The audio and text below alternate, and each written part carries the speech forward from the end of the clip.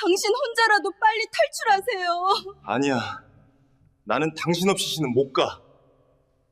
강민철은 아내가 창밖을 바라보는 뒷모습을 보는 순간 자신의 심장이 얼어붙는 것을 느꼈습니다. 모스크바의 밤은 깊었고 영하 20도의 냉기가 창문을 타고 스며들었지만 그보다 더 차가운 것은 아내의 침묵이었습니다. 서윤아는 돌아보지도 않은 채 낮고 가라앉은 목소리로 말했습니다. 당신도 알잖아요. 그 한마디에 민철의 온몸이 굳었습니다. 6개월 동안 숨겨왔던 비밀, 다음 달 핀란드 국경을 넘기로 한 계획, 한국 국정원과의 암호화된 메시지들, 그 모든 것이 아내에게 들킨 것일까요? 아니면 윤아가 말하는 것은 다른 의미였을까요? 민철은 입을 열려다 다물었습니다. 15년간 외교관으로 살아오면서 수많은 협상 테이블에 앉았지만 지금 이 순간만큼 말을 꺼내기 두려운 적은 없었습니다. 윤아는 여전히 창밖만 바라보고 있었고 그녀의 어깨는 미세하게 떨리고 있었습니다. 대체 두 사람은 어떻게 이 지경까지 오게 된 것일까요? 한때 평양에서 가장 선망받던 외교관 부부가 왜 서로에게 진실을 말하지 못한 채 각자의 탈출을 꿈꾸게 된 것일까요? 그 이야기를 지금부터 들려드리겠습니다. 혹시 시간 여유가 되신다면 구독과 좋아요 부탁드려도 될까요? 그리고 지금 이 사연을 어느 지역에서 듣고 계신지 댓글로 남겨주시면 그곳으로 따뜻한 인사를 전하고 싶습니다. 이야기는 그날 아침부터 시작됩니다. 모스크바의 새벽은 칼날처럼 차갑게 민철의 뺨을 때렸고 그는 대사관으로 향하는 길에서 자신의 발자국 소리만 들으며 걸었습니다. 15년이라는 시간이 그의 등을 짓누르고 있었습니다. 대학을 졸업하고 외무성에 배치받았을 때만 해도 조국을 위해 일한다는 자부심이 가슴을 뜨겁게 했던 기억이 아직 남아 있었지만 지금은 그 열기가 온데간데 없이 사라져버렸습니다. 대사관 건물이 보이자 민철은 걸음을 멈추고 한숨을 내쉬었습니다. 저 건물 안에서 오늘도 보위원 박철호의 차가운 시선을 견뎌내야 하고 평양에서 온 비합리적인 지시들을 읽어야 하고 동료들의 불안한 눈빛을 외면해야 했습니다. 대사관에 도착한 민철은 늘 하던 대로 출근부에 서명을 했고 자신의 사무실로 향했습니다. 복도를 지나는 동안 몇몇 동료들과 눈이 마주쳤지만 아무도 먼저 말을 걸지 않았습니다. 다들 알고 있었습니다. 한 달 전 경제 담당 참사관이었던 리성만이 평양으로 긴급 소환된 뒤 돌아오지 않았다는 것을요. 그가 무슨 잘못을 했는지는 아무도 몰랐지만 그것이 더 두려운 일이었습니다. 민철은 자신의 책상에 앉아 컴퓨터를 켰고 평양에서 온 이메일들을 하나씩 읽기 시작했습니다. 대부분 무의미한 보고 요청과 형식적인 지시사항들이었지만 그 사이사이에 끼어있는 감시의 냄새를 민철은 정확히 느낄 수 있었습니다. 점심시간이 되자 민철은 대사관 밖으로 나왔습니다. 평소라면 동료들과 함께 식사를 했겠지만 오늘은 혼자 걷고 싶었습니다. 모스크바의 거리는 사람들로 붐볐고 그들의 얼굴에는 자유로움이 묻어났습니다. 민철은 카페 앞을 지나치며 창문 너머로 보이는 사람들을 바라봤습니다. 누군가는 노트북을 펼쳐놓고 일을 하고 있었고 누군가는 친구와 웃으며 대화를 나누고 있었습니다. 그들은 자신이 누리는 자유가 얼마나 귀한 것인지 알까요? 민철은 주머니 속 암호화된 휴대폰을 만지작거렸습니다. 그 안에는 국정원 담당자와 주고받은 메시지들이 저장되어 있었습니다. 다음 달 15일 핀란드 국경 근처에서 만나기로 한 약속이 그 안에 적혀 있었습니다. 저녁이 되어 대사관 업무를 마친 민철은 집으로 향했습니다. 아파트 건물에 들어서면서 그는 무거운 한숨을 내쉬었습니다. 윤아에게 어떻게 말해야 할까요? 계획을 털어놓아야 할까요? 아니면 그냥 그날이 되면 데리고 가야 할까요? 현관문을 열고 들어서자 유나는 거실 소파에 앉아 책을 읽고 있었습니다. 왔어요?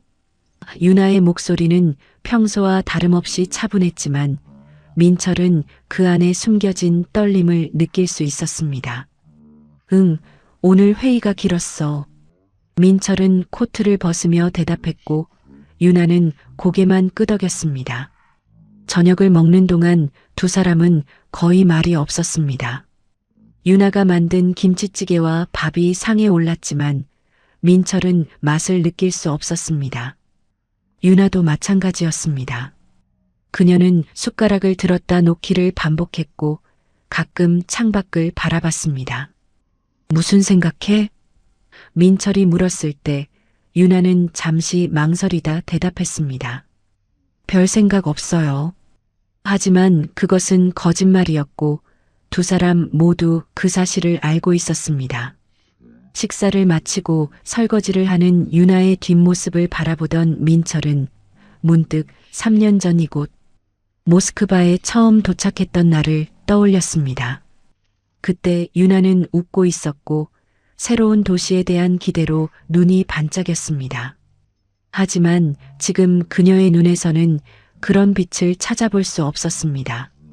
민철은 소파에 앉아 텔레비전을 켰지만 화면에 나오는 러시아 뉴스의 내용은 귀에 들어오지 않았습니다. 그저 시간이 흐르기만을 기다렸습니다. 밤이 깊어지고 민철은 침대에 누웠지만 잠이 오지 않았습니다. 옆에 누운 유나도 잠들지 못한 채 천장만 바라보고 있었습니다. 얼마나 시간이 흘렀을까요? 유나가 조용히 일어나 거실로 나갔고 민철도 뒤따라 일어났습니다.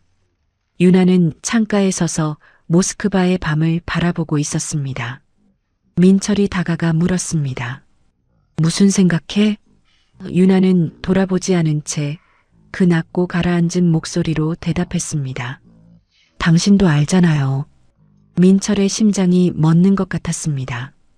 유나는 천천히 고개를 돌려 민철을 바라봤고 그녀의 눈에는 눈물이 고여 있었습니다. 우리 언제까지 이렇게 살 건가요? 민철은 대답할 수 없었습니다. 유나의 눈에 고인 눈물이 볼을 타고 흘러내렸고 그 눈물 한 방울 한 방울이 민철의 가슴을 무너뜨렸습니다. 그는 유나의 어깨를 잡으려다 손을 멈췄습니다. 뭐라고 말해야 할까요? 다음 달이면 모든 게 끝난다고, 핀란드 국경만 넘으면 자유로워진다고 그렇게 말해야 할까요? 하지만 민철의 입은 열리지 않았습니다. 당신은 계획이 있죠? 유나가 다시 물었고 민철은 고개를 돌렸습니다. 무슨 소리야? 거짓말 마세요. 6개월 전부터 당신 달라졌어요. 밤에 몰래 휴대폰 보는 것도 알고 서류 가방에 러시아 지도 넣어둔 것도 봤어요. 민철의 등에 식은땀이 흘렀습니다. 유나는 모든 걸 알고 있었습니다. 그럼 왜 아무 말도 안 했어? 민철이 물었고 유나는 쓸쓸하게 웃었습니다. 당신이 먼저 말할 때까지 기다렸어요. 우리 부부잖아요. 이런 건 함께 결정해야 하는 거 아닌가요? 민철은 유나를 끌어안았습니다. 미안해. 정말 미안해. 유나는 민철의 품에서 조용히 울었고 두 사람은 그렇게 한참을 서 있었습니다. 새벽이 올 때까지. 그날 이후 이상한 평화가 찾아왔습니다. 민철과 유나는 서로에게 탈북 이야기를 꺼내지 않았지만 둘 다 알고 있었습니다. 시간이 얼마 남지 않았다는 것을요. 민철은 대사관에서 평소처럼 일했고 유나는 집에서 평소처럼 지냈습니다. 하지만 두 사람의 눈빛은 조금씩 달라지고 있었습니다. 유나는 이제 창밖을 바라볼 때 두려움보다는 기대를 품은 것처럼 보였고 민철은 대사관 복도를 걸을 때 더 이상 어깨가 무겁지 않았습니다. 사흘이 지났습니다. 그날 저녁 민철은 대사관 회의를 마치고 집으로 향했습니다. 평소보다 회의가 길어져서 시간이 늦었고 모스크바의 밤거리는 어둠에 잠겨 있었습니다. 아파트 건물 앞에 도착한 민철은 엘리베이터를 타고 5층으로 올라갔고 현관문 앞에서 열쇠를 꺼냈습니다. 문을 열자 이상한 느낌이 들었습니다. 불이 꺼져 있었고 평소 유나가 저녁 준비를 하면서 들어놓던 음악도 들리지 않았습니다. 유나야? 민철은 거실로 들어가며 불을 켰습니다. 아무 대답이 없었습니다. 유나야, 어디 있어? 민철의 목소리가 높아졌지만 집안은 죽은 듯 조용했습니다. 그는 침실로 달려갔지만 유나는 없었고 화장실도 부엌도 텅 비어 있었습니다. 민철의 심장이 빠르게 뛰기 시작했습니다. 뭔가 잘못됐습니다. 유나가 외출했다면 메시지를 남겼을 텐데 휴대폰을 확인해도 아무 연락이 없었습니다. 거실로 돌아온 민철은 그제야 탁자 위에 놓인 작은 쪽지를 발견했습니다. 하얀 종이 한 장이 테이블 가운데 놓여 있었고 민철은 떨리는 손으로 그것을 집어들었습니다. 유나의 필체였습니다. 먼저 갑니다. 당신이 결정하지 못한다면 내가 결정하겠어요. 민철의 머릿속이 하얘졌습니다. 먼저 간다는 게 무슨 뜻일까요? 설마 유나가 혼자 탈북을 시도한 건가요? 그는 급하게 옷장을 열었고 유나의 옷들이 그대로 걸려 있는 것을 확인했습니다. 하지만 서랍을 열자 여권이 사라져 있었고 비상금으로 모아둔 루블 지폐 뭉치도 없었습니다. 아니야. 민철은 중얼거렸습니다. 유나가 정말로 혼자 떠난 겁니다. 계획도 없이 국정원의 도움도 없이 그냥 혼자서 국경을 넘으려 한 겁니다. 민철은 양손으로 머리를 감쌌습니다. 이건 자살 행위나 다름없었습니다. 북한 대사관은 외교관 가족의 모든 동선을 파악하고 있었고 특히 국경 근처로 향하는 움직임은 즉시 보고되었습니다. 유나가 기차역이나 버스 터미널에 나타나는 순간 보위부는 알게 될 것이고 그러면 체포는 시간 문제였습니다. 민철은 주머니에서 암호화된 휴대폰을 꺼냈습니다. 손이 너무 떨려서 비밀번호를 2번이나 잘못 눌렀고 3번째에야 화면이 열렸습니다. 그는 국정원 담당자에게 긴급 메시지를 보냈습니다. 아내가 사라졌습니다. 혼자 움직인 것 같습니다. 즉시 연락 바랍니다. 메시지를 보내고 민철은 소파에 주저앉았습니다. 유나는 어디로 간 걸까요? 핀란드 방향으로 갔을까요? 아니면 다른 경로를 택했을까요? 그녀가 무사할 가능성은 얼마나 될까요? 시간이 느리게 흘렀습니다. 10분이 지나고 20분이 지났지만 답장은 오지 않았습니다. 민철은 거실을 왔다 갔다 하면서 휴대폰만 들여다봤습니다.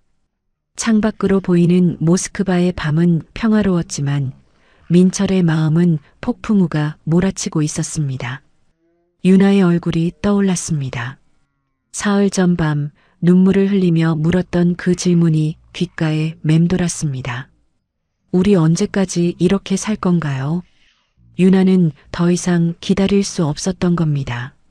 민철이 결단을 내리기를 함께 떠나자고 말해주기를 기다렸지만 민철은 끝내 입을 열지 못했고 그래서 유나는 혼자 떠나기로 결심한 겁니다. 30분이 지나고 마침내 휴대폰이 울렸습니다. 민철은 화들짝 놀라며 전화를 받았습니다. 여보세요? 강민철 씨, 김재현입니다. 국정원 담당자의 목소리는 차갑고 단호했습니다. 부인이 사라졌다는 메시지 받았습니다. 네, 오늘 저녁 집에 왔는데 아무도 없었어요. 쪽지만 남아 있었고요. 쪽지에 뭐라고 적혀 있었습니까? 먼저 간다고 제가 결정하지 못한다면 자기가 결정하겠다고 적혀 있었습니다. 전화 너머로 한숨소리가 들렸습니다. 강민철 씨, 이건 계획에 없던 일입니다. 김재현의 목소리가 낮아졌습니다. 부인을 찾을 수 없습니다. 우리 쪽에서는 어떤 연락도 받지 못했고 현재 위치도 파악할 수 없습니다. 그럼 어떻게 해야 합니까? 아내가 혼자 국경을 넘으려 한다면 잡히는 건 시간 문제잖아요. 알고 있습니다. 하지만 지금 우리가 할 수 있는 건 없습니다. 김재현은 잠시 침묵하다 말을 이었습니다. 당신만 빼낼 수 있습니다.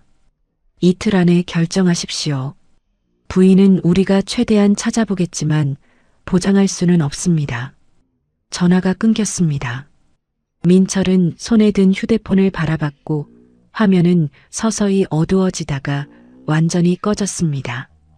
당신만 빼낼 수 있다는 김재현의 말이 귓가에서 메아리 쳤고 그 말의 의미를 이해하는 순간 민철의 다리에서 힘이 빠졌습니다. 소파에 주저앉은 그는 고개를 떨구고 양손으로 얼굴을 감쌌습니다. 이틀 안에 결정하라는 것은 곧 유나를 포기하고 혼자 살아남으라는 뜻이었습니다. 국정원은 유나를 찾을 수 없다고 했고 찾을 의지도 없어 보였습니다. 계획에 없던 변수였고 위험 부담이 너무 컸기 때문입니다. 민철은 천천히 고개를 들어 거실을 둘러봤습니다. 유나가 좋아하던 커튼, 함께 골랐던 소파, 테이블 위에 놓인 유나의 찻잔이 보였고 그 모든 것들이 민철의 가슴을 짓눌렀습니다. 혼자 탈출한다는 것은 유나를 버리는 것과 같았습니다. 유나가 어디선가 체포되어 평양으로 끌려간다 해도 민철은 이미 자유로운 땅에서 새 삶을 시작하고 있을 것이고 그 죄책감을 안고 평생을 살아야 할 것이었습니다. 하지만 여기 남아서 유나를 기다린다고 해서 그녀를 구할 수 있을까요? 오히려 두 사람 모두 평양으로 끌려가 고문을 당하고 정치범 수용소로 보내질 가능성이 더 높았습니다. 시계를 보니 밤 11시였습니다. 민철은 일어나 창가로 걸어갔고 모스크바의 불빛들이 반짝이는 야경을 바라봤습니다. 저 불빛들 어딘가에 유나가 있을까요? 혹시 이미 붙잡혀서 어둠 속 어딘가에 갇혀 있는 건 아닐까요? 민철은 주먹으로 창틀을 쳤고 둔한 통증이 손등을 타고 올라왔지만 마음의 고통에 비하면 아무것도 아니었습니다. 미안해, 유나야. 민철은 혼잣말로 중얼거렸습니다.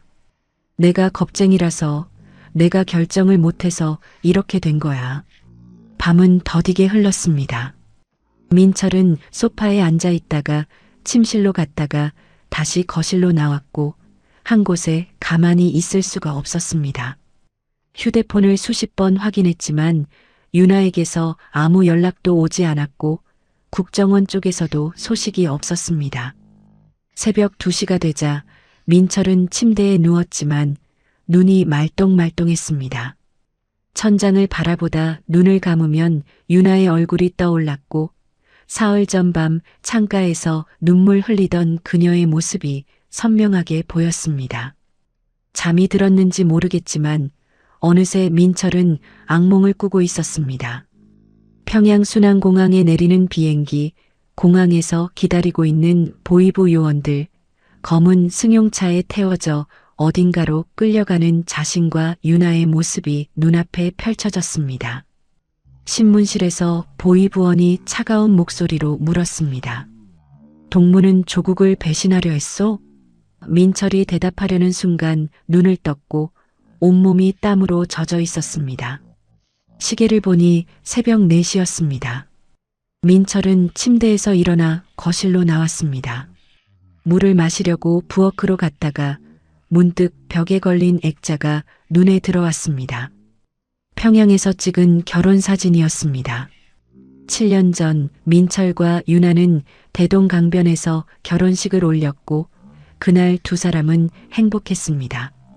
사진 속 유나는 하얀 한복을 입고 환하게 웃고 있었고 민철도 양복을 차려입고 그녀 옆에 서 있었습니다. 그때는 미래가 밝아 보였습니다. 외무성 엘리트 외교관과 교육자 출신의 아내, 두 사람의 앞날은 탄탄대로처럼 보였습니다. 민철은 액자를 벽에서 내려 손에 들었습니다.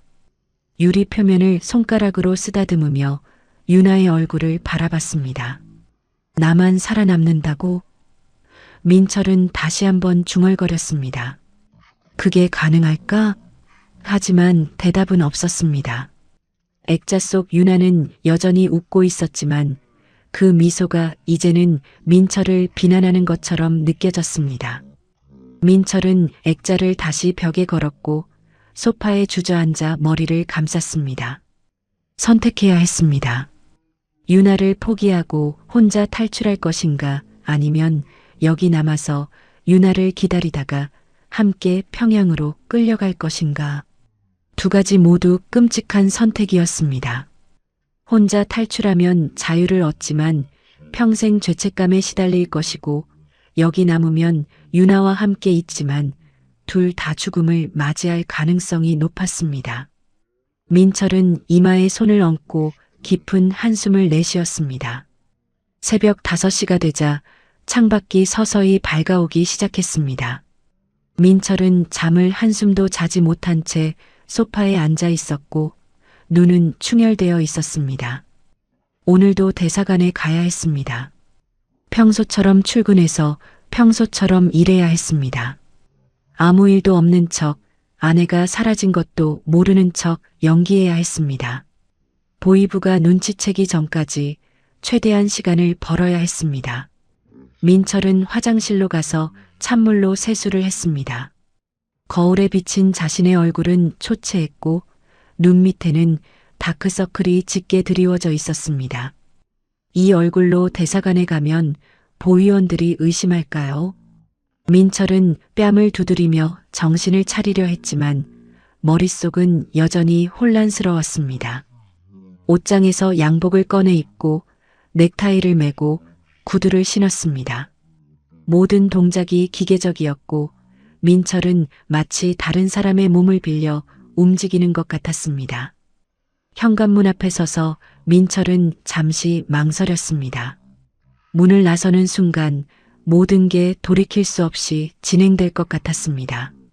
하지만 선택의 여지가 없었습니다.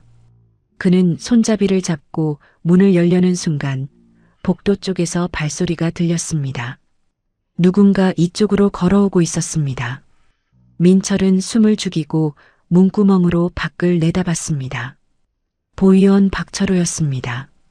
그는 민철의 집 앞에서 멈춰 섰고 주머니에서 무언가를 꺼냈습니다. 휴대폰이었습니다. 그는 화면을 보며 무언가 확인하더니 고개를 끄덕이고 민철의 현관문을 두드렸습니다. 똑똑똑. 3번의 노크 소리가 새벽의 정적을 깼고 민철의 심장은 미친 듯이 뛰기 시작했습니다. 민철은 문구멍에서 눈을 떼지 못한 채 서 있었고 박철호는 다시 한번 문을 두드렸습니다. 이번에는 더 세게, 더 오래. 똑똑똑똑. 민철은 심호흡을 하고 최대한 침착한 표정을 지으려 애쓰며 문을 열었습니다. 아, 박동무. 이른 아침에 무슨 일이십니까? 민철의 목소리는 생각보다 안정적으로 나왔지만 손끝은 미세하게 떨리고 있었습니다. 박철호는 빙긋 웃으며 민철을 위아래로 훑어봤습니다. 참사관 동무, 벌써 출근 준비를 하셨군요. 부지런하십니다. 그의 시선이 민철의 얼굴에 머물렀고 특히 충혈된 눈과 창백한 얼굴색을 오래 관찰했습니다. 어젯밤에 잠을 잘 주무셨습니까? 네, 뭐 그럭저럭요. 왜 그러십니까? 민철은 최대한 무심한 척 대답했지만 박철호의 눈빛은 이미 모든 것을 꿰뚫고 있다는 듯 했습니다. 부인이 어디 계십니까? 박철호가 물었고 민철의 등에 식은땀이 흘렀습니다. 아, 유나 말입니까? 친구를 만나러 갔습니다. 친구요? 박철호는 고개를 갸웃거렸습니다. 이른 새벽에 친구를 만나러 가셨단 말입니까? 아니, 어제 저녁부터요. 오랜만에 만나는 친구라 늦게까지 있을 거라고 했습니다. 민철은 거짓말을 이어갔지만 자신의 목소리가 점점 불안정해지는 것을 느낄 수 있었습니다. 박철호는 더 이상 웃지 않았습니다. 그는 민철을 밀치고 집 안으로 들어왔고 민철은 뒤로 한 걸음 물러났습니다. 박동무, 이게 무슨 짓입니까? 참사관 동무, 거짓말은 그만하시죠. 박철호는 거실을 둘러보더니 탁자 위에 쪽지를 집어들었습니다. 유나가 남긴 쪽지였습니다. 민철은 어젯밤에 그것을 치우는 것을 깊었습니다. 박철호는 쪽지를 읽더니 비웃는 표정을 지었습니다. 먼저 간다? 친구를 만나러 간 게 아니라 조국을 떠나려 간 거 아닙니까? 민철의 입이 바짝 말랐습니다. 무슨 소리를 하시는 겁니까? 그건 그냥 뭡니까? 박철호는 쪽지를 탁자 위에 던졌습니다. 참사관 동무, 이제 그만 연기하시죠. 우리는 다 알고 있습니다. 부인이 어제 저녁 모스크바 중앙역에서 헬싱키행 야간 열차표를 끊었다는 것도, 그 열차를 타고 핀란드 국경으로 향했다는 것도 말입니다. 민철의 얼굴에서 핏기가 완전히 빠졌습니다. 박철호는 주머니에서 휴대폰을 꺼내 화면을 민철에게 보여줬습니다. 사진이었습니다. 핀란드 국경 근처의 러시아 검문소였고 사진 한가운데 유나가 서 있었습니다. 러시아 보안군 2명이 유나를 양쪽에서 붙잡고 있었고 유나의 얼굴은 겁에 질려 있었습니다. 머리는 헝클어져 있었고 코트 자락이 찢어져 있었습니다. 민철은 사진을 보는 순간 무릎이 꺾이는 것을 느꼈습니다. 유나. 그의 목소리는 떨렸고 박철호는 휴대폰을 도로 주머니에 넣었습니다. 부인은 어젯밤 11시쯤 국경 검문소에서 체포됐습니다. 러시아 보안군이 수상한 동양인 여성이라며 우리 대사관에 연락했고 우리가 즉시 인수했습니다. 박철호는 민철의 어깨에 손을 얹었습니다. 현재 부인은 대사관 지하에 있습니다. 안전하게 보호받고 있으니 걱정하지 마십시오. 안전하게 보호받고 있다는 말이 얼마나 허무한 거짓말인지 민철은 잘 알고 있었습니다. 대사관 지하는 사실상 임시 구금 시설이었고 거기 끌려간 사람들은 평양으로 압송되기 전까지 신문과 감시를 받았습니다. 민철은 박철호의 손을 뿌리쳤습니다. 아내를 보게 해주시오. 아직은 안 됩니다. 조사가 진행 중이니까요. 무슨 조사입니까? 내 아내가 무슨 죄를 지었단 말입니까? 민철의 목소리가 높아졌지만 박철호는 태연했습니다. 조국 이탈 시도는 중대한 범죄입니다. 참사관 동무도 잘 아시지 않습니까? 박철호는 소파에 앉으며 민철을 바라봤습니다. 자, 이제 진짜 이야기를 해봅시다. 부인 혼자 탈출을 시도했을 리 없습니다. 참사관 동무도 계획에 있었죠? 민철은 대답하지 않았습니다. 박철호는 계속 말했습니다. 우리는 6개월 전부터 참사관 동무의 동선을 추적해왔습니다. 의심스러운 행동들이 여러 번 포착됐죠. 대사관 업무와 관계없는 장소 방문, 암호화된 메시지 사용 흔적, 그리고 무엇보다 참사관 동무의 눈빛이 달라졌습니다. 박철호는 일어서서 민철에게 다가왔습니다. 평양에서는 이미 결정을 내렸습니다. 참사관 동무와 부인, 두 분 모두 본국으로 귀환하셔야 합니다. 민철은 뒤로 물러났습니다. 언제입니까? 모레입니다. 특별기가 준비되고 있습니다. 이틀밖에 안 남았단 말입니까? 박철호는 고개를 끄덕였습니다. 네, 48시간입니다. 그 안에 참사관 동무가 할 수 있는 일은 2가지입니다. 그는 2손가락을 펼쳐 보였습니다. 첫째, 부인과 함께 평양으로 가는 겁니다. 솔직히 털어놓고 반성하면 어쩌면 관대한 처분을 받을 수도 있습니다. 2번째는? 민철이 물었고 박철호는 의미심장한 미소를 지었습니다. 혼자 도망가는 겁니다. 우리가 모르는 척 해줄 수도 있습니다. 물론 그러면 부인은 혼자 평양으로 가야겠죠. 민철은 주먹을 불끈 쥐었습니다. 그게 무슨 선택입니까? 그건 선택이 아니라 협박 아닙니까? 협박이라니요. 저는 그냥 사실을 말씀드리는 겁니다. 참사관 동무가 여기 남으면 두 분 다 평양으로 가야 하고 참사관 동무가 도망가면 부인만 평양으로 가는 거죠. 뭐가 더 나은 선택인지는 참사관 동무가 판단하십시오. 박철호는 현관문 쪽으로 걸어가며 말했습니다. 48시간입니다. 시간이 많지 않으니 잘 생각해 보십시오. 그는 문을 열고 나가려다 멈춰서서 돌아봤습니다. 참고로 부인은 조사받는 동안 식사도 제대로 못하고 있습니다. 지하는 춥고 어둡죠. 참사관 동무가 빨리 결정할수록 부인도 덜 고생할 겁니다. 문이 닫혔고 민철은 그 자리에 그대로 서 있었습니다. 다리에 힘이 풀려 민철은 바닥에 주저앉았습니다. 윤아가 대사관 지하에 있습니다. 춥고 어두운 그곳에서 혼자 떨고 있을 것이고 민철은 그녀를 구할 방법이 없었습니다. 48시간. 이틀 뒤면 평양행 비행기가 출발하고 그 안에 윤아가 실릴 것이었습니다. 민철도 함께 탈 것인가 아니면 윤아를 혼자 보낼 것인가. 민철은 벽에 기대어 천장을 바라봤습니다. 결혼사진 액자가 보였고 사진 속 윤아는 여전히 웃고 있었습니다. 미안해. 민철은 중얼거렸습니다. 정말 미안해. 하지만 사과만으로는 아무것도 바뀌지 않았습니다.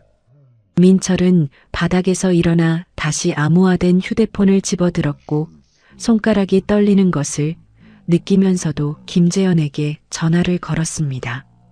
신호음이 3번 울린 뒤 전화가 연결됐습니다. 강민철 씨. 김재현의 목소리는 여전히 차갑고 단호했습니다. 부인 소식 들었습니다. 들으셨으면 알겠지만 윤아가 대사관 지하에 있습니다. 아내도 함께 빼낼 수 있습니까? 전화 너머로 잠시 침묵이 흘렀고 김재현은 한숨을 내쉬었습니다. 강민철 씨, 제가 어제 말씀드렸듯이 불가능합니다. 대사관 지하는 사실상 북한 영토나 마찬가지입니다. 러시아 경찰도 들어갈 수 없고 우리도 마찬가지입니다. 그럼 방법이 정말 없습니까? 민철의 목소리가 높아졌습니다. 제 아내를 그냥 포기하라는 겁니까? 포기하라는 게 아닙니다. 현실적으로 구출할 방법이 없다는 겁니다. 김재현은 잠시 말을 멈췄다가 조심스럽게 덧붙였습니다. 당신만이라도 지금 나오십시오. 준비는 다 끝났습니다. 오늘 저녁 8시에 레닌그라드역 근처 카페에서 만납시다. 저는 안 갑니다. 민철이 단호하게 말했습니다. 아내 없이는 못 갑니다. 강민철 씨, 감정적으로 판단하지 마십시오. 당신이 여기 남아도 부인을 구할 수 없습니다. 오히려 두 분 다 평양으로 끌려가게 될 뿐입니다. 그래도 저는 가지 않겠습니다. 민철은 전화를 끊어버렸습니다. 손에 든 휴대폰을 바라보다가 그는 소파 쿠션 사이에 그것을 숨겼습니다. 이제 국정원의 도움은 없다고 생각해야 했습니다. 민철 혼자서 해결해야 했습니다. 시계를 보니 아침 7시였습니다.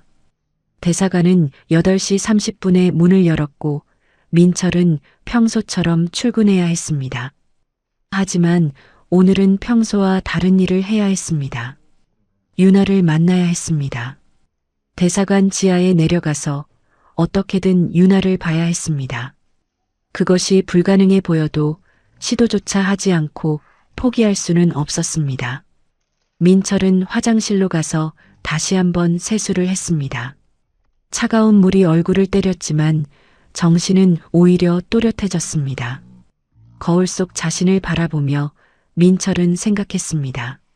15년간 외교관으로 살면서 단 한 번도 규칙을 어긴 적이 없었고 상부의 지시를 거역한 적도 없었습니다.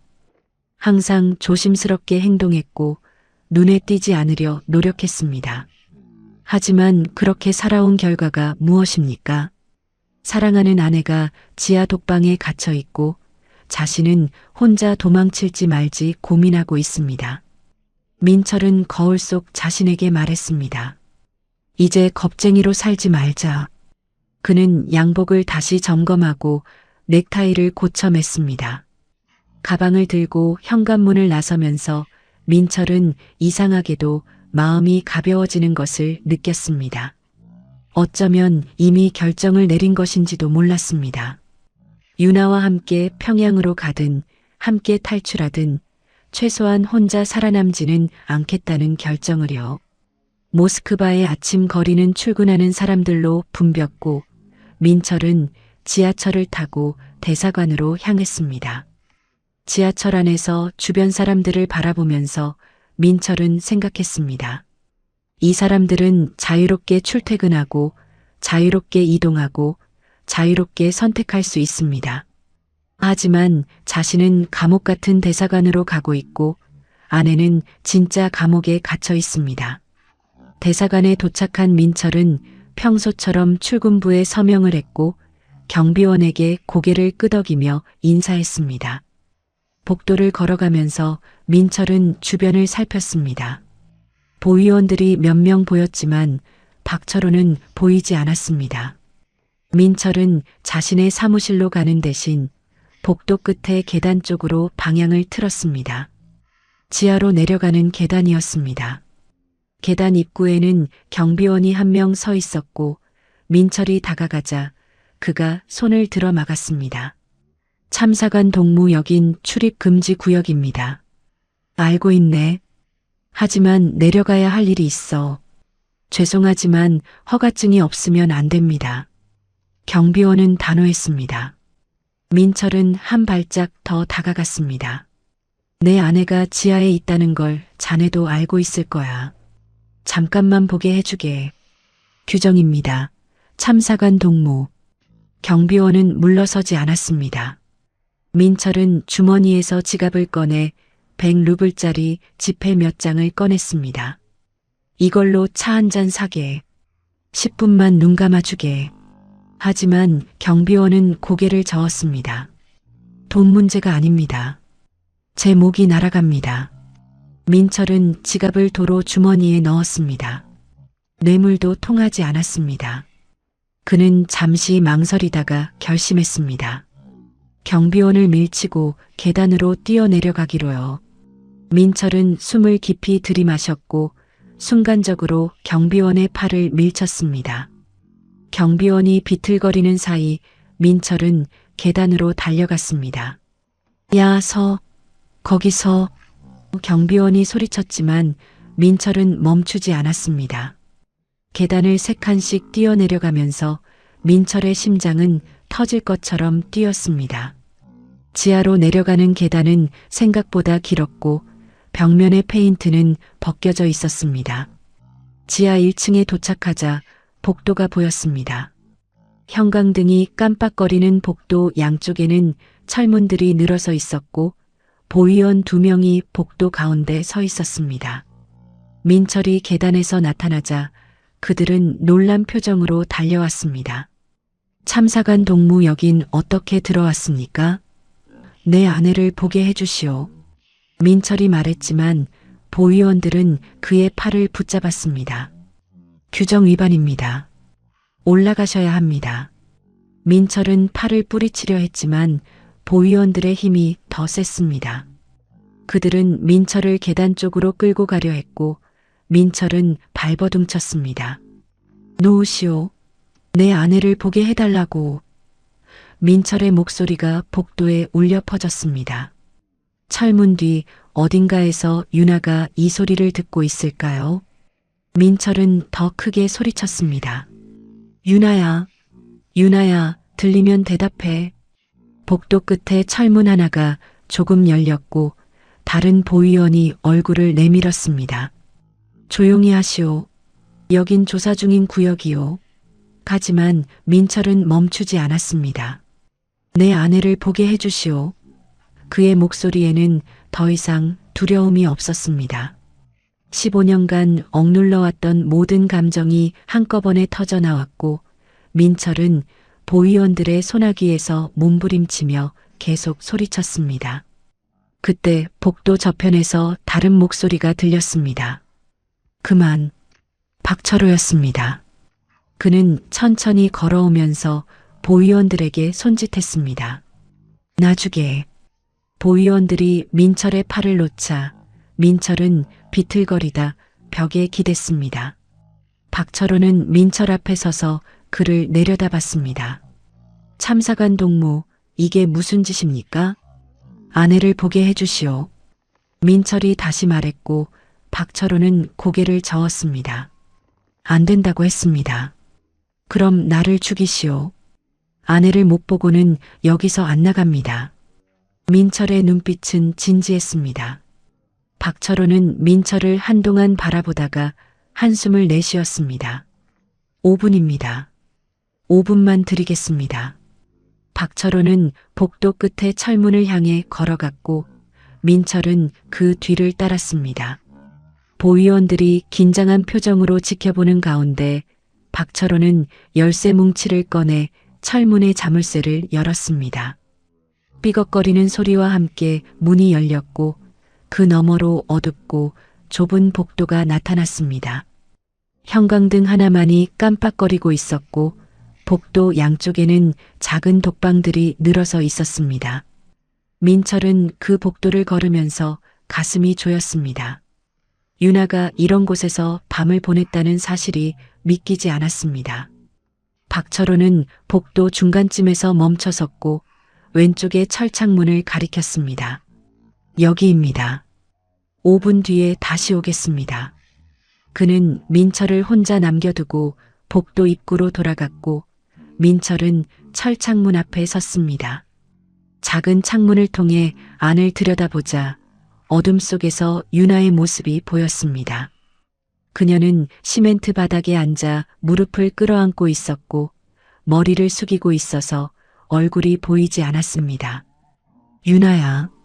민철이 조용히 불렀고 유나는 고개를 들었습니다. 창백한 얼굴, 부은 눈, 헝클어진 머리 하지만 그녀의 눈빛은 여전히 살아있었습니다. 유나는 민철을 보자 천천히 일어나 철창 쪽으로 걸어왔고 두 사람은 철창을 사이에 두고 마주 섰습니다. 당신 어떻게 여기까지? 유나의 목소리는 쉬어 있었습니다. 경비를 뚫고 내려왔어. 너를 봐야 했어. 민철은 철창 사이로 손을 내밀었고 유나도 손을 내밀어 민철의 손을 잡았습니다. 차갑고 떨리는 손이었습니다. 미안해. 민철이 먼저 말했습니다. 내가 겁쟁이였어. 먼저 말했어야 했는데 계획을 함께 세웠어야 했는데. 유나는 고개를 저었습니다. 아니에요. 나도 겁쟁이였어요. 혼자 도망치려 했잖아요. 왜 그랬어? 왜 나한테 말하지 않았어? 유나는 잠시 침묵하다가 대답했습니다. 당신이 나 때문에 망설일까봐 두려웠어요. 내가 짐이 될까봐. 민철은 유나의 손을 더 세게 잡았습니다. 너는 짐이 아니야. 너는 내 전부야. 유나의 눈에 눈물이 고였습니다. 이제 어떻게 하죠? 모르겠어. 하지만 함께 있을 거야. 어디로 가든 무슨 일이 생기든. 민철의 목소리는 떨렸지만 확신에 차 있었습니다. 유나는 눈물을 닦으며 말했습니다. 박철호가 그러던데 모레 평양행 비행기가 온대요. 우리 둘 다 태워갈 거래요. 알아. 48시간밖에 안 남았어. 그 전에 당신은 탈출할 수 있어요. 유나가 갑자기 말했고 민철은 고개를 저었습니다. 무슨 소리야? 나는 안 가. 가야 해요. 유나는 민철의 손을 놓으려 했지만 민철이 더 세게 잡았습니다. 국정원이 아직 당신을 기다리고 있을 거예요. 지금이라도 나가면 살 수 있어요. 너 없이는 못 가. 민철이 단호하게 말했습니다. 유나야, 나는 혼자 살고 싶지 않아. 차라리 너와 함께 평양으로 가는 게 낫겠어. 유나는 고개를 가로저었습니다. 안 돼요. 당신은 살아야 해요. 우리 둘 다 죽는 것보다 한 명이라도 사는 게 나아요. 그게 무슨 소리야? 민철의 목소리가 높아졌습니다. 한 명이 살면 뭐해? 평생 죄책감에 시달리면서 사는 게 사는 거야? 그래도 살아있는 거잖아요. 유나는 울먹이며 말했습니다. 당신이 살아서 자유를 누리면 그걸로 충분해요. 내 목까지 살아줘요. 민철은 철창을 붙잡고 이마를 철창에 댔습니다. 안 돼. 그건 안 돼. 두 사람은 한참 동안 아무 말도 하지 못했고 그저 서로의 손만 꽉 잡고 있었습니다. 시간이 흘렀습니다. 얼마나 지났을까요? 복도 입구에서 박철호의 목소리가 들렸습니다. 시간입니다. 참사관 동무. 하지만 민철은 움직이지 않았습니다. 유나가 먼저 손을 놓았습니다. 가요. 그리고 생각해봐요. 제발, 유나야, 약속해줘요. 생각이라도 해본다고. 민철은 대답할 수 없었습니다. 박철호가 다가와 민철의 어깨를 잡았습니다. 나가셔야 합니다. 민철은 뒤를 돌아보며 유나를 바라봤고 유나는 눈물을 흘리며 그를 보고 있었습니다. 복도를 걸어 나오면서 민철의 발걸음은 무거웠습니다. 철문을 나서자 박철호가 말했습니다.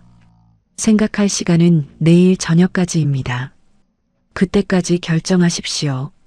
민철은 대답하지 않고 계단을 올라갔습니다. 지상으로 올라오니 대사관 직원들이 수군거리고 있었고 민철이 지하로 난입한 소문이 이미 퍼진 것 같았습니다. 하지만 민철은 신경 쓰지 않았습니다. 그는 자신의 사무실로 돌아가 문을 닫았고 책상에 앉아 머리를 감쌌습니다. 유나의 얼굴이 떠올랐습니다. 철창 너머로 본 그 창백한 얼굴, 부은 눈, 떨리는 손, 하지만 무엇보다 그녀가 한 말이 귓가에 맴돌았습니다. 당신은 살아야 해요. 한 명이라도 사는 게 나아요. 유나는 자신을 희생해서라도 민철이 살기를 바라고 있었습니다. 하지만 민철은 그럴 수 없었습니다. 유나 없는 자유가 무슨 의미가 있을까요? 혼자 한국 땅을 밟는다 해도 매일 밤 유나를 생각하며 괴로워할 것이고 평생 그 죄책감에서 벗어나지 못할 것입니다. 민철은 창밖을 바라봤습니다. 모스크바의 하늘은 회색빛이었고 차가운 바람이 창문을 흔들었습니다.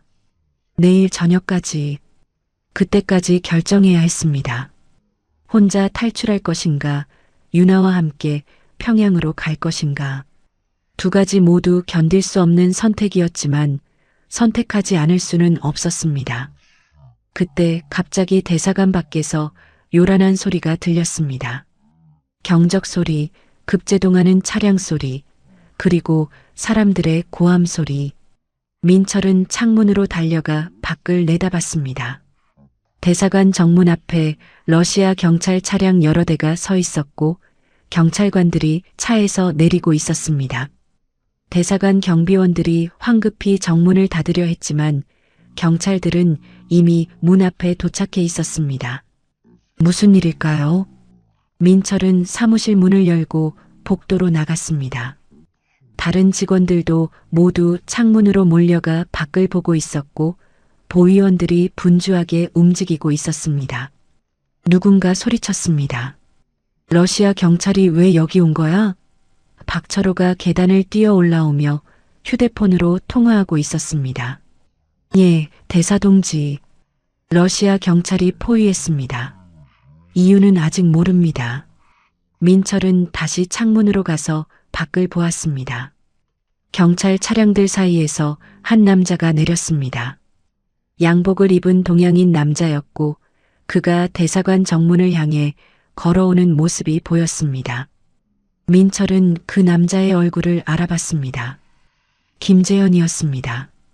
민철의 심장이 빠르게 뛰기 시작했습니다.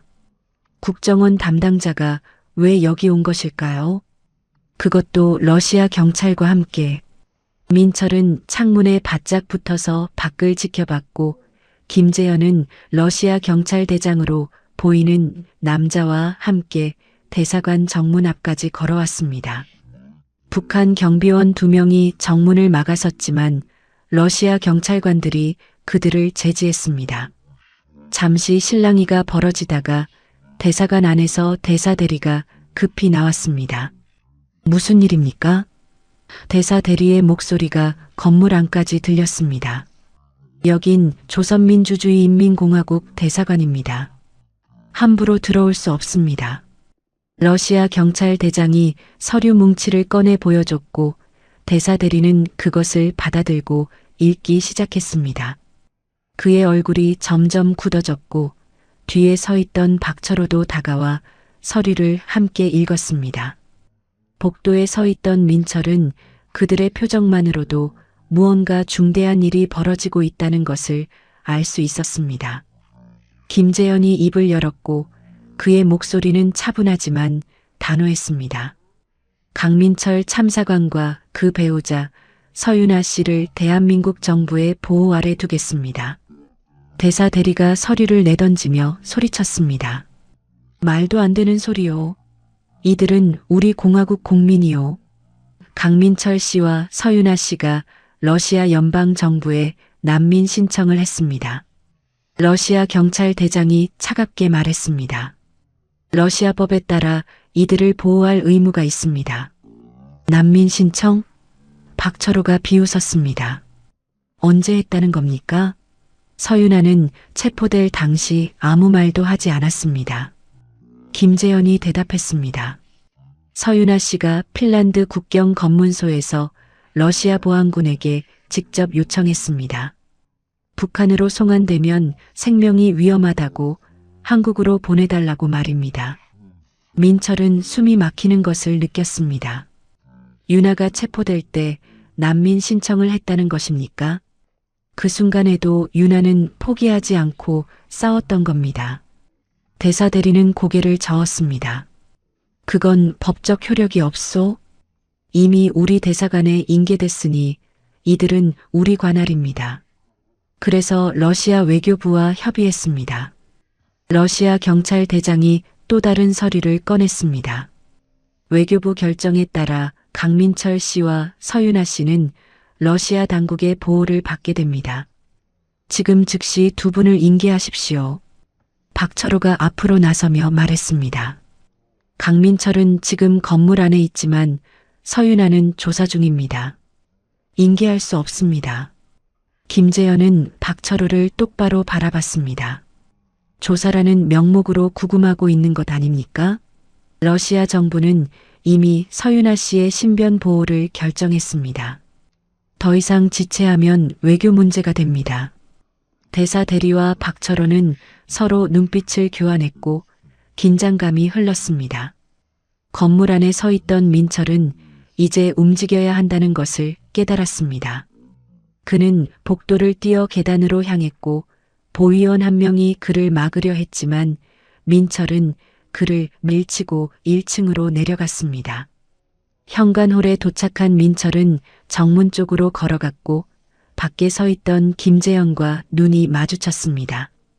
김재현은 고개를 끄덕였고 민철은 정문을 향해 걸음을 옮겼습니다. 박철호가 민철을 보고 소리쳤습니다. 참사관 동무 어디 가십니까? 민철은 돌아보지 않았습니다. 집에 갑니다. 안 됩니다. 지금은 나갈 수 없습니다. 박철호가 민철의 팔을 잡으려 했지만 러시아 경찰관 2명이 가로막았습니다. 강민철 씨는 자유롭게 이동할 권리가 있습니다. 러시아 경찰 대장이 말했고 박철호는 물러설 수밖에 없었습니다. 민철은 정문을 나섰고 모스크바의 차가운 공기가 폐를 채웠습니다. 김재현이 다가와 낮은 목소리로 말했습니다. 차에 타십시오. 부인은 우리가 데려올 겁니다. 윤아를 어떻게 빼내실 겁니까? 러시아 경찰이 지하로 내려갑니다. 북한 측이 막을 수 없습니다. 민철은 경찰 차량 중 하나로 안내됐고 뒷좌석에 앉았습니다. 창문 너머로 대사관 정문이 보였고 러시아 경찰관 넷이 건물 안으로 들어가는 모습이 보였습니다. 대사 대리와 박철호가 그들을 막으려 했지만 러시아 경찰 대장이 법적 근거를 들이대자 결국 길을 비켜줬습니다. 민철은 주먹을 불끈 쥐고 기다렸습니다. 시간이 느리게 흘렀고 1분 1분이 영겁처럼 느껴졌습니다. 10분쯤 지났을까요? 대사관 정문이 다시 열렸고 러시아 경찰관들이 나왔습니다. 그들 가운데 윤아가 있었습니다. 코트를 걸치고 있었지만 머리는 여전히 헝클어져 있었고 걸음걸이가 불안정했습니다. 하지만 그녀는 스스로 걷고 있었습니다. 민철은 차 문을 열고 뛰어나갔습니다. 윤아야. 윤아는 민철을 보고 달려왔고 두 사람은 대사관 정문 앞에서 끌어안았습니다. 박철호가 계단 위에서 그들을 내려다봤고 그의 얼굴은 일그러져 있었습니다. 두고 보시오. 평양은 잊지 않을 것이오. 하지만 민철은 대답하지 않았습니다. 그는 윤아를 안은 채 경찰 차량으로 걸어갔고 김재현이 차 문을 열어줬습니다. 두 사람이 차에 타자 차량은 즉시 출발했습니다. 뒤를 돌아보니 대사관 건물이 점점 작아지고 있었고 박철호와 대사 대리가 정문 앞에 서서 지켜보고 있었습니다. 차량은 모스크바 시내를 빠져나가 외곽으로 향했습니다. 민철과 윤아는 서로의 손을 꽉 잡고 있었고 아무 말도 하지 않았습니다. 말이 필요 없었습니다. 그저 살아있고 함께 있다는 것만으로 충분했습니다. 1시간쯤 달려 도착한 곳은 조용한 주택가의 안가였습니다. 김재현이 차에서 내리며 말했습니다. 일주일 정도 여기서 머물게 될 겁니다. 한국행 서류를 준비하는 동안요. 안가 안으로 들어서자 따뜻한 난방이 느껴졌고 민철과 윤아는 소파에 앉았습니다. 김재현이 물과 따뜻한 차를 내왔고 두 사람은 그것을 마시며 천천히 정신을 차렸습니다. 어떻게 이렇게 된 겁니까? 민철이 물었고 김재현은 윤아를 바라보며 대답했습니다.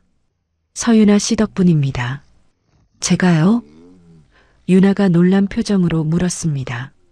당신이 국경에서 체포될 때 러시아 보안군에게 난민 신청을 한 게 모든 것을 바꿨습니다. 김재현이 설명했습니다.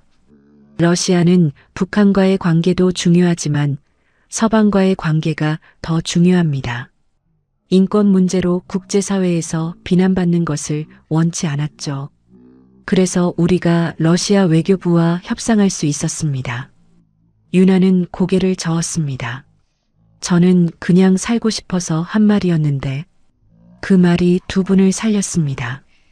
민철은 윤아의 손을 잡았습니다. 내가 용감했어. 나보다 훨씬.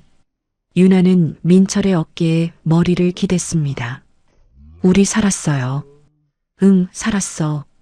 두 사람은 창밖을 바라봤습니다. 모스크바의 하늘은 여전히 회색빛이었지만 이제 그 하늘은 감옥의 천장이 아니었습니다. 자유의 하늘이었습니다. 하지만 그 자유가 완전히 실감나지는 않았습니다. 민철과 윤아는 안가의 소파에 앉아 창밖을 바라봤지만 마음 한편에는 여전히 두려움이 남아 있었습니다. 대사관을 벗어났다고 해서 모든 것이 끝난 건 아니었으니까요. 김재현은 부엌에서 따뜻한 수프를 데워왔고 두 사람 앞에 그릇을 놓았습니다. 드세요. 언제 제대로 식사하셨습니까? 윤아는 그제야 자신이 얼마나 배고픈지 깨달았습니다. 지하 독방에서는 하루에 빵 한 조각과 물만 주었고 제대로 먹은 지 이틀이 지났습니다. 수프를 한 숟갈 떠서 입에 넣자 눈물이 났습니다. 따뜻한 음식이 목구멍을 타고 내려가면서 온몸에 힘이 돌았고 윤아는 숟가락을 든 채 멈춰 섰습니다. 민철이 윤아의 등을 쓰다듬었습니다. 괜찮아. 이제 괜찮아. 유나는 고개를 끄덕이고 계속 먹었습니다. 민철도 수프를 먹었지만 맛을 제대로 느낄 수 없었습니다. 머릿속은 여전히 혼란스러웠고 지난 사흘간의 일들이 주마등처럼 스쳐 지나갔습니다. 유나의 실종, 박철호의 협박, 지하 독방의 유나, 그리고 러시아 경찰의 등장. 식사를 마친 두 사람에게 김재현이 설명했습니다. 일주일 정도 여기 계셔야 합니다. 그동안 한국행 서류를 준비하고 러시아 출국 허가를 받아야 합니다. 일주일이나 걸립니까? 민철이 물었고 김재현은 고개를 끄덕였습니다. 외교적 절차가 필요합니다. 러시아 외교부, 내무부, 그리고 우리 정부 사이에 조율이 있어야 하니까요. 그 사이에 북한 측이 우리를 다시 찾으러 오는 건 아닙니까? 유나가 불안한 목소리로 물었습니다. 그럴 수 없습니다. 김재현이 안심시켰습니다. 이 집은 러시아 정부가 제공한 안전가옥입니다. 경찰이 24시간 경비하고 있고 북한 측이 접근할 수 없습니다. 하지만 유나의 얼굴에서는 불안이 사라지지 않았습니다. 민철도 마찬가지였습니다. 대사관을 벗어났지만 아직 모스크바에 있다는 사실 자체가 두려웠습니다. 박철호의 마지막 말이 귓가에 맴돌았습니다. 두고 보시오. 평양은 잊지 않을 것이오. 김재현은 두 사람을 2층 침실로 안내했습니다. 오늘은 푹 쉬십시오. 내일부터 서류 작업을 시작하겠습니다.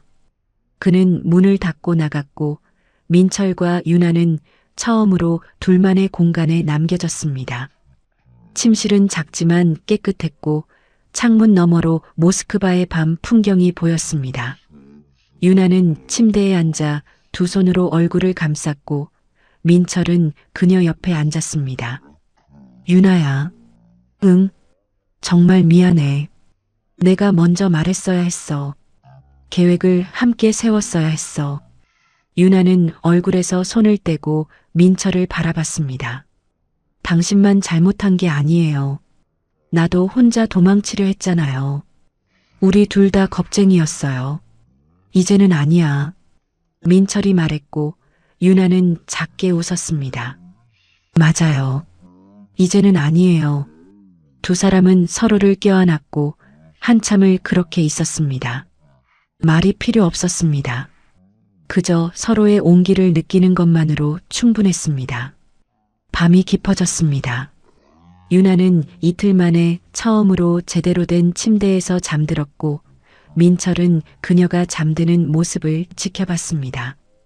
유나의 얼굴은 여전히 창백했지만 잠든 표정은 평화로웠습니다. 민철도 눈을 감았지만 쉽게 잠들 수 없었습니다. 정말로 끝난 걸까요? 정말로 이제 안전한 걸까요? 의심이 꼬리를 물었지만 피로가 밀려왔고 민철도 결국 잠에 빠져들었습니다. 다음 날 아침 햇살이 창문을 통해 들어왔습니다. 민철은 눈을 떴고 옆에서 자고 있는 유나를 바라봤습니다. 살아있습니다. 함께 있습니다. 그것만으로도 기적 같았습니다. 유나도 눈을 떴고 두 사람은 서로를 보며 미소 지었습니다. 좋은 아침. 민철이 말했고 유나는 대답했습니다. 좋은 아침이에요. 일주일이 느리게 흘렀습니다. 매일 아침 김재현이 와서 진행 상황을 알려줬고 민철과 유나는 서류에 서명하고 인터뷰에 응했습니다. 러시아 이민국 직원들이 와서 질문했고 한국 영사관 직원들도 찾아왔습니다. 절차는 복잡했지만 하루하루 한국행에 가까워지고 있었습니다. 안가에서 보내는 시간 동안 민철과 유나는 서로에게 숨겨왔던 이야기들을 꺼냈습니다. 민철은 6개월 전부터 국정원과 접촉한 과정을 털어놨고 유나는 혼자 탈출을 결심하게 된 이유를 설명했습니다. 그날 밤 창가에 서서 생각했어요. 유나가 말했습니다. 이대로 살다가 죽는 것보다 시도라도 하고 죽는 게 낫겠다고. 무서웠을 텐데. 무서웠죠. 하지만 더 무서운 건 당신이 나 때문에 망설이는 거였어요. 민철은 유나의 손을 잡았습니다. 나는 너 없이 탈출할 생각이 없었어. 처음부터. 나도 알았어요. 그래서 내가 먼저 움직인 거예요. 당신이 따라오든 혼자 가든 최소한 선택할 수 있게. 나흘째 되는 날 김재현이 좋은 소식을 가져왔습니다. 모든 서류가 승인됐습니다. 모레 모스크바를 출발합니다. 한국으로요? 유나가 물었고 김재현은 고개를 끄덕였습니다. 네, 인천공항으로 직행합니다. 민철과 유나는 서로를 바라봤고 눈에 눈물이 고였습니다. 정말로 끝나는 겁니다. 정말로 자유를 향해 가는 겁니다. 출발 전날 밤 두 사람은 침대에 나란히 누워 천장을 바라봤습니다. 무서워요. 유나가 말했습니다. 한국에서 어떻게 살아야 할지. 나도 무서워. 민철이 솔직하게 대답했습니다. 하지만 함께 있잖아. 그걸로 충분해. 유나는 민철의 손을 잡았습니다. 당신 말이 맞아요. 함께면 충분해요. 출발 당일 새벽 김재현이 차를 가져왔습니다. 민철과 유나는 간단한 짐만 챙겨 차에 탔고 모스크바 공항으로 향했습니다. 창밖으로 모스크바의 거리가 스쳐 지나갔고 민철은 이 도시에서 보낸 3년을 떠올렸습니다. 외교관으로서의 삶, 감시당하던 나날들, 그리고 탈출을 꿈꾸던 밤들. 이제 모두 과거가 되었습니다. 공항에 도착하자 김재현이 그들을 특별 통로로 안내했습니다. 일반 승객들과 섞이지 않고 바로 탑승구로 이동했습니다. 비행기는 대한항공 직항편이었고 민철과 유나는 좌석에 앉아 안전벨트를 맸습니다. 비행기가 활주로로 이동하기 시작했고 속도를 높여 이륙했습니다. 창밖으로 모스크바가 점점 작아졌고 구름 위로 올라가자 도시는 완전히 사라졌습니다. 유나는 민철의 손을 꽉 잡았습니다. 정말 끝났어요? 응, 끝났어. 민철은 대답했지만 아직도 실감이 나지 않았습니다. 비행기는 한국을 향해 날아갔고 두 사람은 창밖의 하늘을 바라봤습니다. 자유의 하늘이었습니다. 비행기가 인천공항에 착륙했을 때 민철과 유나는 창밖을 내다보며 한국 땅을 바라봤습니다. 오후 햇살이 활주로를 비추고 있었고 공항 건물들이 보였습니다.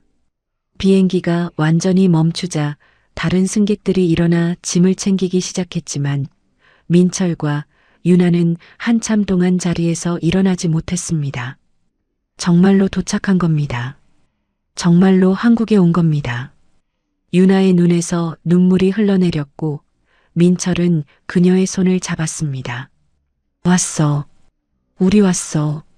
공항에서 나오자 국정원 직원들이 기다리고 있었고 그들은 민철과 유나를 조사실로 안내했습니다.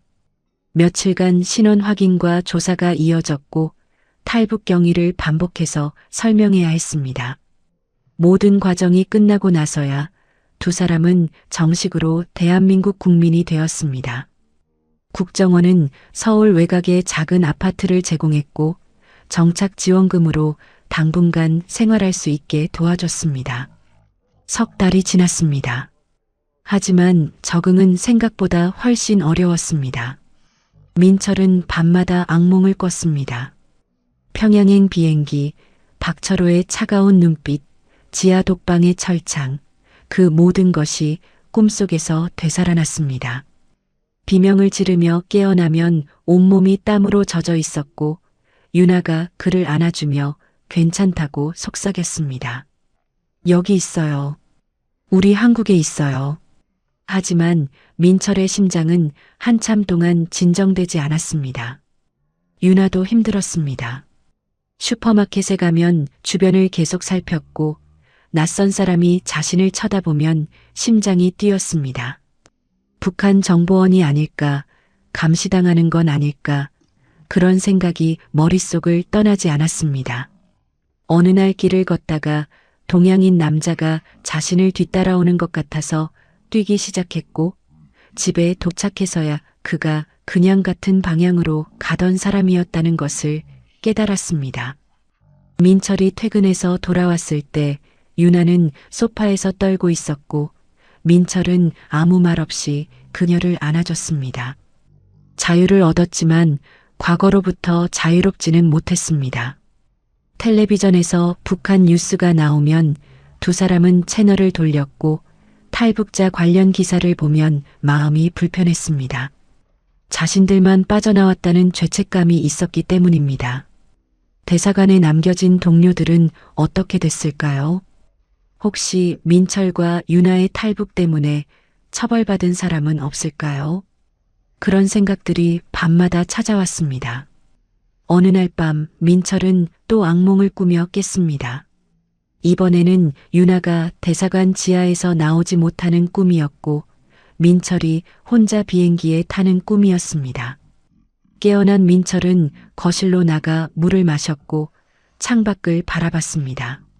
서울의 불빛들이 반짝이고 있었지만 민철의 마음은 여전히 어두웠습니다.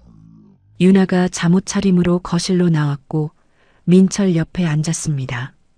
또 꿈 꿨어요? 응. 무슨 꿈이었어요? 민철은 잠시 망설이다 대답했습니다. 너를 두고 혼자 탈출하는 꿈이었어. 비행기에서 내려다보니 너는 대사관 앞에 서서 날 보고 있었어. 유나는 민철의 손을 잡았습니다. 하지만 현실은 달라요. 우리 함께 있잖아요. 알아. 머리로는 알아. 하지만 가슴이 자꾸 불안해. 유나는 민철을 안았습니다. 나도 그래요. 나도 매일 불안해요. 길 가다가 누가 날 감시하는 것 같고 밤에 누가 문 두드리면 심장이 터질 것 같아요. 두 사람은 한참 동안 서로를 안고 있었습니다. 말이 필요 없었습니다. 서로가 겪고 있는 고통을 이해하고 있었고 그것만으로도 위안이 되었습니다. 우리 언제쯤 괜찮아질까요? 유나가 물었고 민철은 솔직하게 대답했습니다. 모르겠어. 하지만 언젠가는 괜찮아지겠지. 얼마나 걸릴까요? 그것도 모르겠어. 1년? 2년? 10년? 유나는 작게 웃었습니다. 10년이나요? 어쩌면 평생일 수도 있어. 하지만 우리 함께 있잖아. 다음 날 아침 민철은 일자리를 알아보러 나갔습니다. 외교관 경력이 있었지만 북한 출신이라는 이력 때문에 취직은 쉽지 않았습니다. 몇 군데 면접을 봤지만 결과는 좋지 않았고 민철은 지쳐서 집으로 돌아왔습니다. 유나는 저녁을 준비하고 있었고 민철을 보자 미소 지었습니다. 어떻게 됐어요? 잘 안 됐어. 다들 경력은 좋다고 하는데 막상 채용은 안 하더라고. 유나는 민철의 어깨를 두드렸습니다. 괜찮아요. 천천히 찾으면 돼요. 저녁을 먹으면서 유나가 말했습니다. 오늘 동네 도서관에 갔어요. 도서관? 응. 한국 소설들 좀 빌려왔어요. 읽으면서 한국 문화도 배우고 싶어서. 민철은 유나를 바라봤습니다. 그녀는 노력하고 있었습니다. 적응하려고, 이곳에서 살아가려고. 나도 뭔가 해야겠다. 민철이 말했고 유나는 고개를 끄덕였습니다. 우리 같이 해요. 천천히 하나씩. 그날 밤 두 사람은 소파에 앉아 텔레비전을 봤습니다. 예능 프로그램이 나오고 있었고 출연자들이 웃으며 이야기하고 있었습니다. 민철과 유나는 그들의 농담을 이해하지 못했지만 웃음소리만으로도 기분이 좋아졌습니다. 저 사람들은 행복해 보여요. 유나가 말했고 민철은 대답했습니다. 우리도 언젠가 저렇게 될 수 있을까? 될 수 있을 거예요. 시간이 걸리겠지만. 일주일 후 민철은 작은 무역회사에서 일자리를 구했습니다. 급여는 많지 않았지만 러시아어를 할 수 있다는 점을 높이 평가받았습니다. 유나는 한국어 교육센터에 등록해서 남한 사투리와 신조어를 배우기 시작했습니다. 두 사람은 조금씩 일상을 만들어가고 있었습니다. 하지만 여전히 밤이면 악몽이 찾아왔고 여전히 불안은 사라지지 않았습니다. 한 달쯤 지났을 때 민철은 유나에게 제안했습니다. 우리 한강 가볼까? 한강요? 응. 산책하고 싶어. 주말 오후 두 사람은 한강변으로 나갔습니다. 강물은 고요하게 흐르고 있었고 자전거를 타는 사람들과 조깅하는 사람들이 보였습니다. 민철과 유나는 천천히 걸었고 아무 말도 하지 않았습니다. 그저 강물을 바라보고 바람을 느끼고 함께 있는 것만으로 충분했습니다. 해가 지기 시작했고 하늘이 주황빛으로 물들었습니다. 유나가 멈춰서서 민철을 바라봤습니다. 우리 살아있어요. 응. 그리고 함께 있어요. 맞아. 유나는 민철의 손을 잡았습니다. 그럼 괜찮은 거예요. 민철은 유나를 안았습니다. 그래, 괜찮은 거야. 강물은 계속 흘렀고 서울의 불빛들이 하나둘 켜지기 시작했습니다. 민철과 유나는 한강변 벤치에 앉아 그 불빛들을 바라봤습니다. 저 너머 어딘가에는 평범한 사람들이 평범한 저녁을 보내고 있을 것이고 누군가는 퇴근길에 피곤함을 느끼고 있을 것이고 누군가는 가족과 저녁 식사를 준비하고 있을 것입니다. 그 모든 평범함이 민철과 유나에게는 기적처럼 느껴졌습니다. 강물 위로 유람선이 지나갔고 그 배 안에서 들리는 웃음소리가 바람에 실려왔습니다. 자전거를 타고 지나가는 연인들, 강아지를 산책시키는 노부부, 조깅하는 젊은이들, 그 모든 것이 자유로웠습니다. 유나가 조용히 물었습니다. 당신이 나를 포기하고 혼자 탈출했다면 어땠을까요?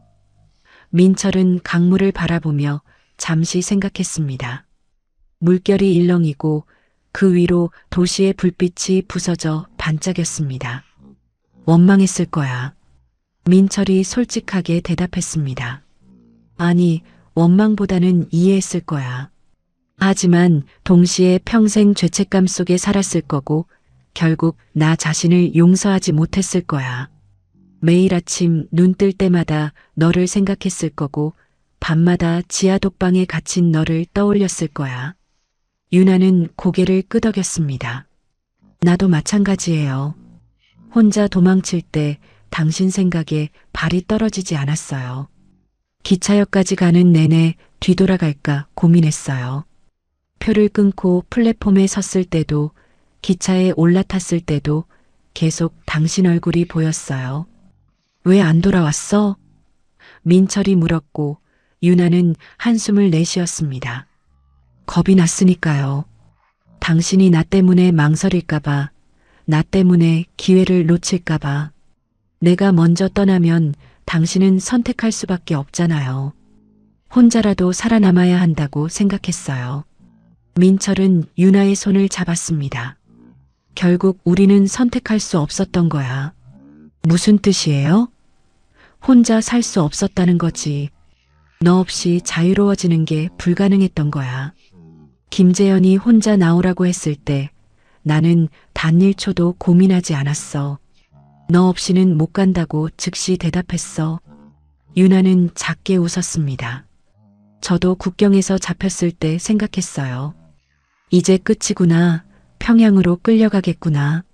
하지만 동시에 안도했어요. 당신이 혼자 탈출하지 않아도 되겠구나. 나 때문에 괴로워하지 않아도 되겠구나. 바보 같은 생각이었네.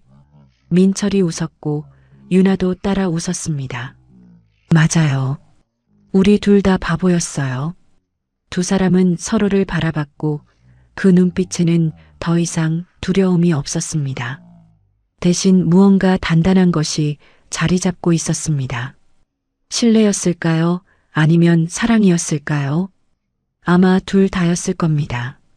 민철은 유나의 어깨에 팔을 두르고 다시 강물을 바라봤습니다. 우리는 선택할 수 없었어. 그래서 지금 여기 함께 있는 거고. 시간이 더 흘렀습니다. 봄이 왔습니다. 한강변에는 벚꽃이 피었고 민철과 유나는 다시 그곳을 찾았습니다. 악몽은 여전히 가끔 찾아왔지만 빈도가 줄어들었고 불안도 조금씩 가라앉고 있었습니다. 민철은 회사에서 인정받기 시작했고 상사가 그의 러시아 실력을 높이 평가해 중요한 프로젝트를 맡겼습니다. 유나는 한국어 실력이 늘어 이제는 뉴스를 이해할 수 있게 되었고 한국 드라마를 보면서 웃을 수 있게 되었습니다. 두 사람은 천천히, 아주 천천히 이곳의 사람이 되어가고 있었습니다. 벚꽃 아래를 걸으며 유나가 말했습니다. 예전에는 자유가 뭔지 몰랐어요. 그냥 북한을 떠나는 게 자유인 줄 알았어요. 국경만 넘으면 모든 게 해결될 줄 알았죠. 지금은 알아요.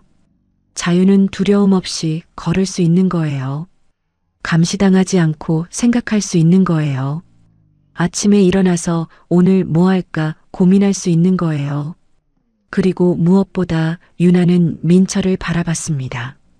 선택할 수 있는 거예요. 누구와 함께 할지, 어떻게 살아갈지, 무엇을 꿈꿀지. 민철은 고개를 끄덕였습니다. 맞아. 우리는 이제 외교관도 북한 국민도 아니야. 누구의 감시도 받지 않고 누구에게 충성할 필요도 없어. 그럼 뭐예요? 유나가 물었고 민철은 잠시 생각하다 대답했습니다. 그냥 서로를 선택한 두 사람이야. 강민철과 서유나. 과거가 아니라 미래를 향해 걷는 두 사람. 어제가 아니라 내일을 이야기할 수 있는 사람들. 유나는 민철의 팔을 끼고 걸었습니다. 벚꽃잎이 바람에 날려 두 사람 주위로 흩어졌고 분홍빛 눈이 내리는 것 같았습니다. 그 순간이 영원히 기억될 것 같았습니다. 당신 후회해요? 유나가 갑자기 물었습니다. 뭘? 탈북한 거요. 이렇게 힘든 줄 알았어도 했을까요? 악몽도 계속 꾸고 불안도 가시지 않고 적응도 이렇게 어려운데. 민철은 멈춰서서 유나를 바라봤습니다. 100번이라도 했을 거야. 1000번이라도. 왜요? 너와 함께 있으니까. 악몽을 꿔도 옆에 내가 있고 불안해도 손잡을 내가 있잖아. 혼자였다면 이 모든 게 의미 없었을 거야. 유나의 눈에 눈물이 고였습니다. 나도요. 100번이라도 할 거예요. 1000번이라도요. 당신과 함께라면 어디든 갈 수 있어요. 지하 독방도 평양행 비행기도 그 모든 게 혼자가 아니었으니까 견딜 수 있었어요. 두 사람은 그 자리에서 한참을 서 있었고 주변으로 사람들이 지나다녔지만 아무도 신경 쓰지 않았습니다. 그저 봄날의 한강변에 서 있는 평범한 부부처럼 보였을 겁니다. 꽃구경 나온 수많은 커플 중 하나처럼요. 그리고 그것이 바로 민철과 유나가 원하던 것이었습니다. 특별하지 않은 것, 평범한 것, 눈에 띄지 않는 것. 아이스크림 가게 앞을 지나치자 유나가 멈춰 섰습니다. 저거 먹고 싶어요. 민철은 유나를 보며 웃었습니다. 먹자. 뭐 먹고 싶어? 딸기 맛이요. 두 사람은 아이스크림을 하나씩 사서 다시 강변을 걸었습니다. 아이스크림이 녹아 손가락으로 흘러내렸고 유나는 웃으며 그것을 하찼습니다. 이런 것도 자유예요. 뭐가? 원하는 거 먹을 수 있는 거요. 대사관에서는 매달 배급받는 식료품으로만 요리해야 했잖아요. 이렇게 길 가다가 먹고 싶은 거 사 먹을 수도 없었고 민철도 고개를 끄덕였습니다. 그러게 이런 작은 것들이 다 자유였네.